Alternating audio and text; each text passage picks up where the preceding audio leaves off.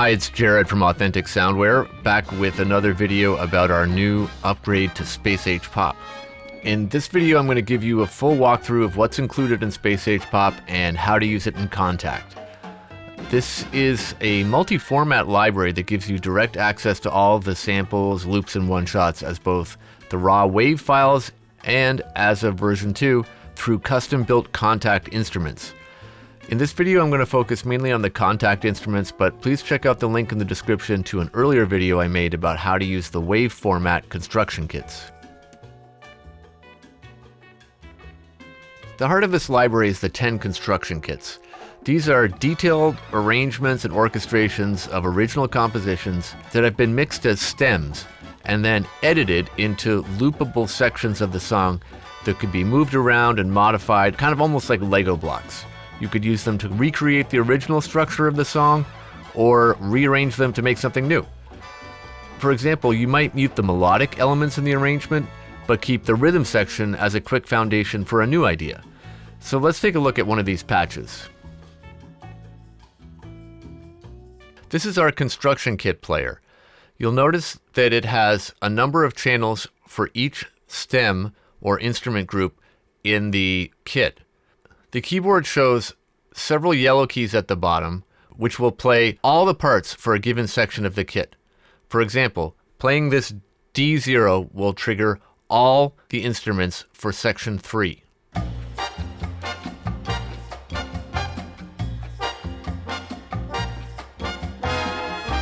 You can tell that a loop in the kit is playing because its play indicator will turn into a white triangle in these boxes here. All the samples are currently playing, but if I only wanted to play certain instruments from the kit, I could use these purple keys here.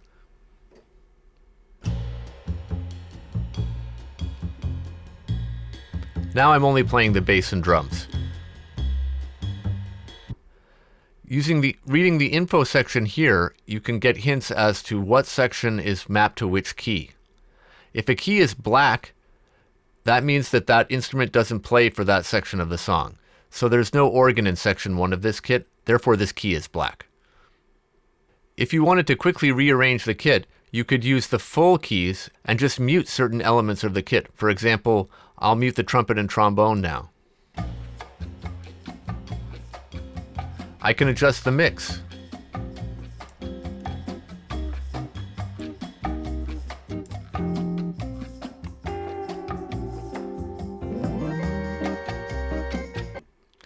So that's the general idea. A quick note about tempos. You can see the original tempo of each kit either in the file name or in the info pane here.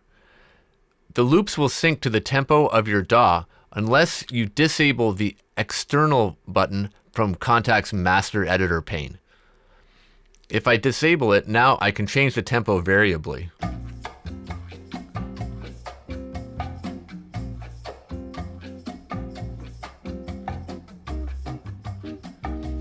That was kind of extreme, but you get the idea.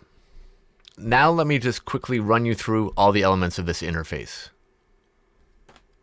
At the top, there's an info panel with details about the kit, its original tempo and key, and some helpful notes specifically about the currently loaded kit. There's a tuning knob to adjust the tuning of the whole kit and can actually yield some pretty interesting effects. If you click on the chart button, you can view a lead sheet of the current kit with rehearsal marks that correspond to the numbering of each section of the kit. See these numbers here? That means these are the chord changes for section 2. So if you're working with the kit and you need to reference what's happening in a particular section, this can really help you out. There's a mixer section with volume, mute buttons, a play indicator, and an output select. Just a quick note about the mute button. When one of the stems is muted, the sample keeps playing so that portions of a loop could be muted and unmuted while maintaining their relative position in the section of the song. The waveform section will display the last played loop. If you play a number of notes simultaneously, the waveform will display the part that is the furthest to the right on the mixer of all the parts that are currently playing. If you need to check out what's happening in a particular spot, play that note to see the waveform.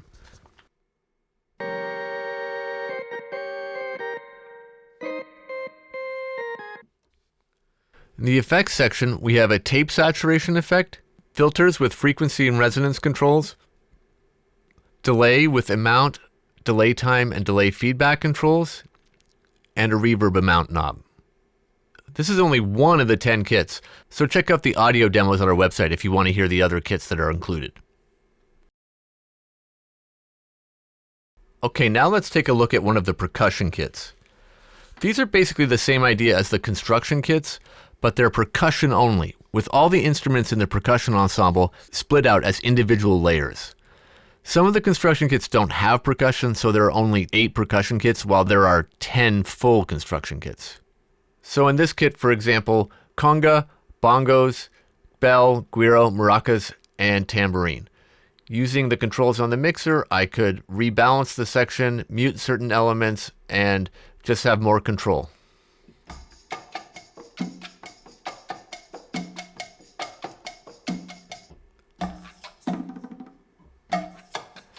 I could also play individual elements.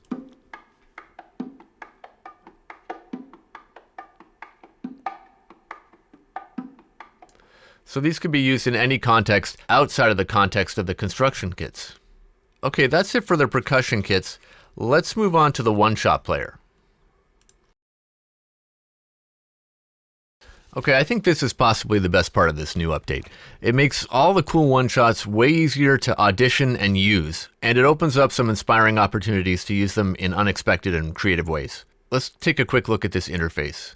There are 2 columns. One selects a category and the other a specific sample from the category. You can make a selection by clicking on the buttons in the columns, like this. Or you could use the key switch keys at the bottom. The purple keys select the category and the yellow keys select the sample. Your current selection is indicated, in this case, with the orange key or the blue key here. Whatever sample is currently selected is now available on the playback keys, and its original root key is indicated in purple. If audition mode is on, playing a sample select key switch, meaning one of these keys down here, also auditions the sample at its root pitch and unmodified. So let me do that now. That's the unmodified sample, but if I play up in this range, it will be pitch shifted by the distance from its root key.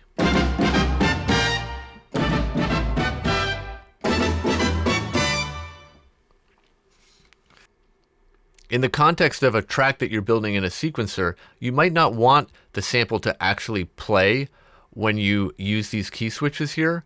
So that's why I made this audition mode button. You can turn it off and the sample won't play when you use these keys, but it does select it on the playable range.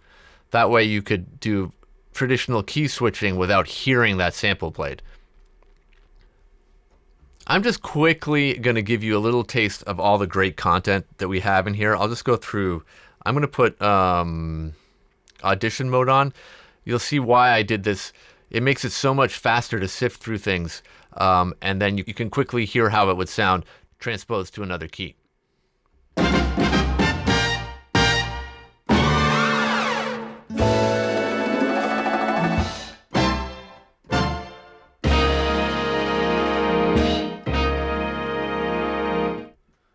Some harp stuff.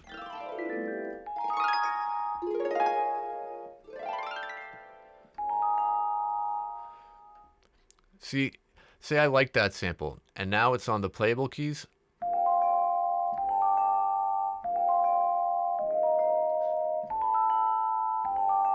You know, you could build a whole track around a phrase like that.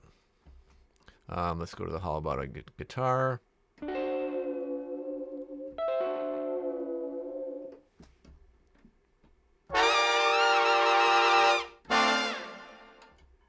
I'm just giving you a taste here.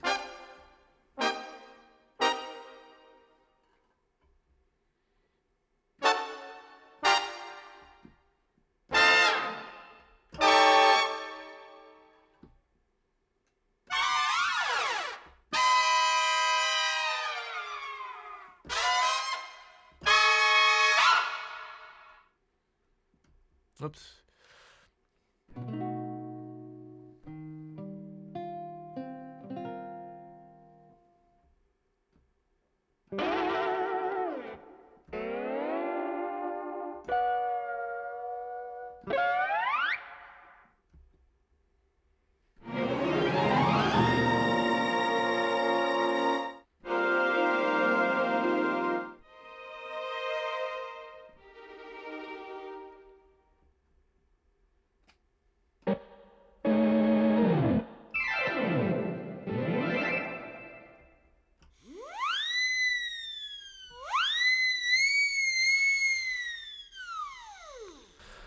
Okay, so that's some of the content. Now let me just show you a couple other things you can do with this. I'm going to go back to this hit and note this offset button here. The offset sets the sample start position. So say you only wanted the sample to start, maybe we wanted only those last two hits. I could set it there, and that's all we'd get. And these settings are stored per sample. So if I go to another sample here and just whatever, I'll just put that there. And then we go back to the one we were editing before, you'll see that it holds its position. But when you play the audition keys, it'll play it from the beginning. So you can always hear it the way it was originally, and then the playable keys play it back in with any transformations that you've made. Another thing you can do is adjust the envelope. So there's an attack control and a release control. You can do some creative things with that, especially with the more orchestral based samples. You can disable time machine mode. So at the moment you may notice that regardless of how far the sample is being pitched, the duration of the sample is remaining constant. If you didn't want that behavior, you would turn this off and say the lower you went, the longer the sample would sound. I'm going to put this back to where it was and just show that to you. Okay. Now that's going to be, like standard sampling. The lower you go, the longer it will be. If you want to specifically set the length, by percentage, you can turn this back on and use the speed control, and you can make the sample slower or faster. I kind of reined it in a bit to a usable range here, so you'd have more fine control in the areas you might actually want to be just a bit faster. So you could maybe fit that to the tempo of the song you're trying to make. And just a note, those two controls, use time machine and speed, are global. They are affecting all the samples. So you might need to have more than one instance in your sequence if you really have to use that a lot. I might just, while we're here, also just let you hear some of these effects. Let's just say, why don't we just use this sample? You could turn up the tape sap. Maybe pull this down and put in a bunch of echo. So you can hear how that quickly gives you a really vintage tone.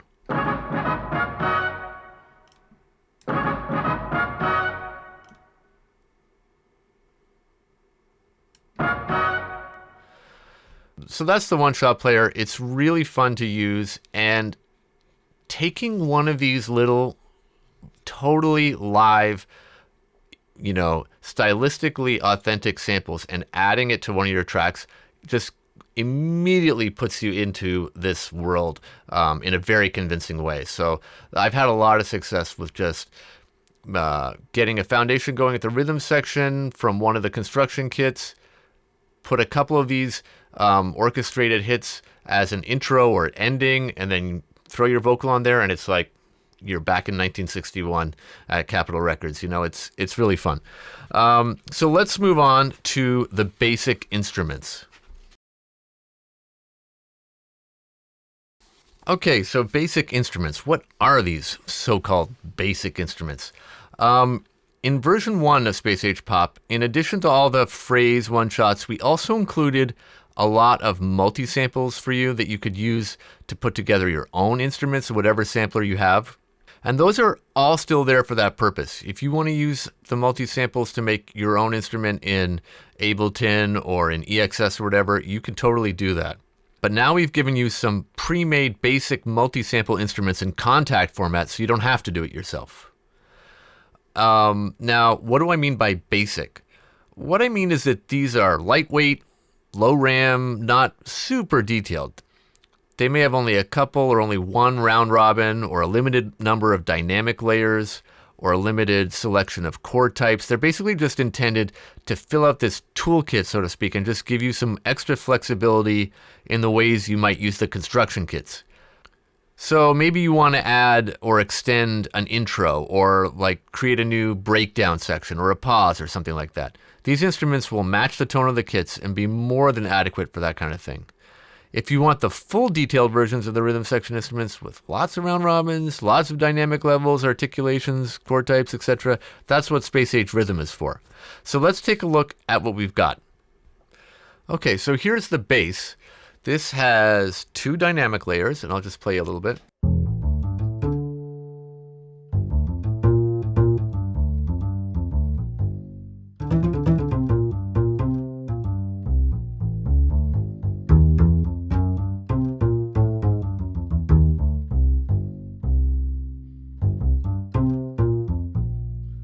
So that's the bass. Next we have the Bossa guitar chords. We have 4 chord types with long and short strums for each chord type. So let's take a listen to that.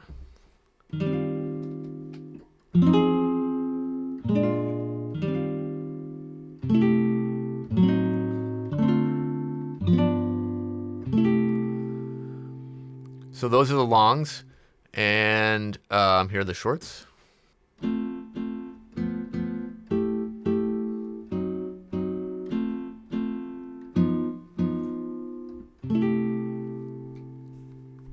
Now we'll go to the drums. This is a jazz drum set with a pretty comprehensive menu of sounds with up to 5 dynamic layers. There's no round robins, but with the dynamic layers and some neighbor borrowing that I put in, it still sounds quite live and is really fun to play.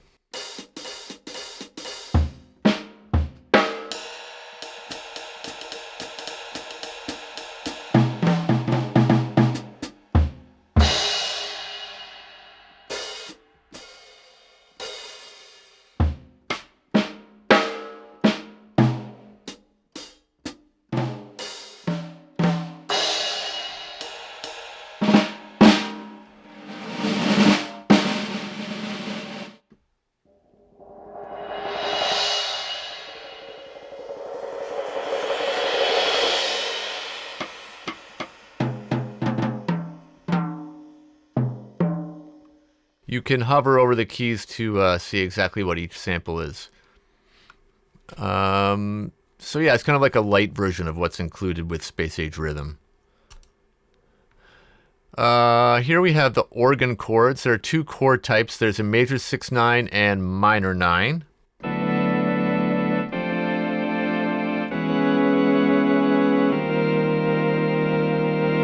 That's major.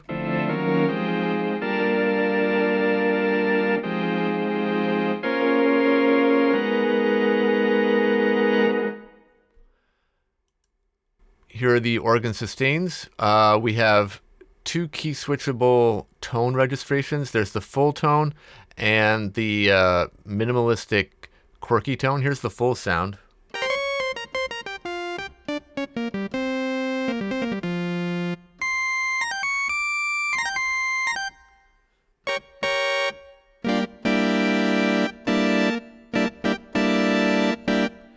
And then here's this quirky sound, which I love. This is the registration I used on the one called Baby Martians. And it just kind of sounds like a very primitive synthesizer or something.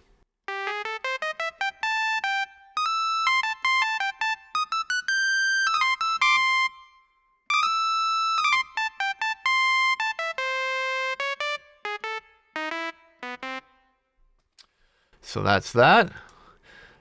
Now we have two percussion patches. The first one has the the drum type instruments, so the bongos, conga, and timbales.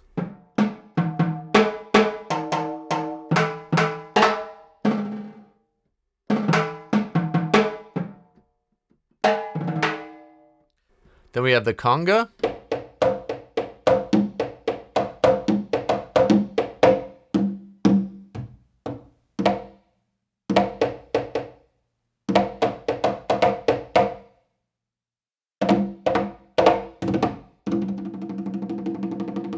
Rolls, loud rolls, little fill,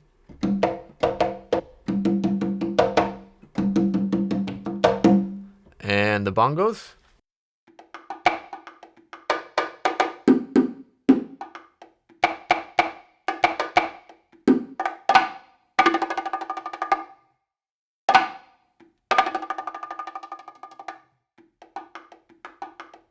Just a little, while you're here, a little tip for programming percussion in this style. When I was working with this percussionist, it sort of became clear to me that the dynamic layers and the actual stroke that they use on the drum are sort of like the same thing. When you want to play quiet, you use a particular stroke, and then if you want to play loud, it's a different one. So one way to think about that within the context of sequencing something is to basically put a steady rhythm with the quiet hits, so like this, whoops, up here, and then use the other notes as accents. So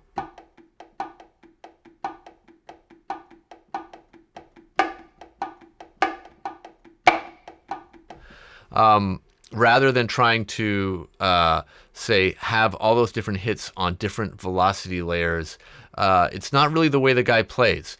So just a little tidbit there. Let's move on to the next one, which is the rest of the percussion. This is more of the auxiliary percussion. There's bells, muted and open. There's a clave, wood blocks, maracas,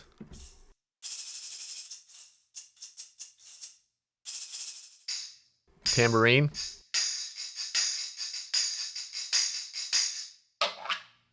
guiro,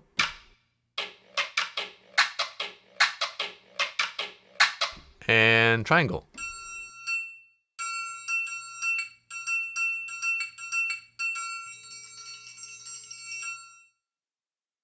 Okay, next we have our solo trombone. This has 3 articulations which are selectable by key switch.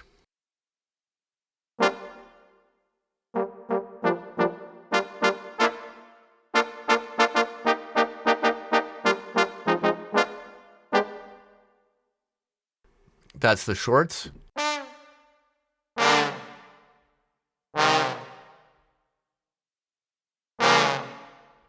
And we also have a crescendo.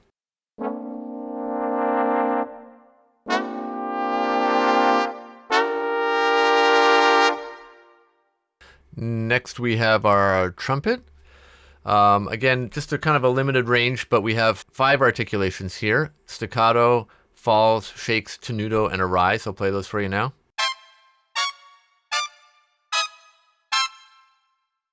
Those are the shorts. Falls.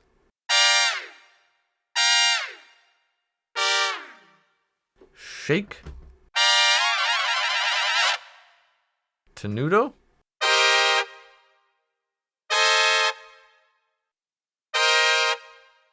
And this rise, which is really useful. Whoops, where's the rise? Here it is.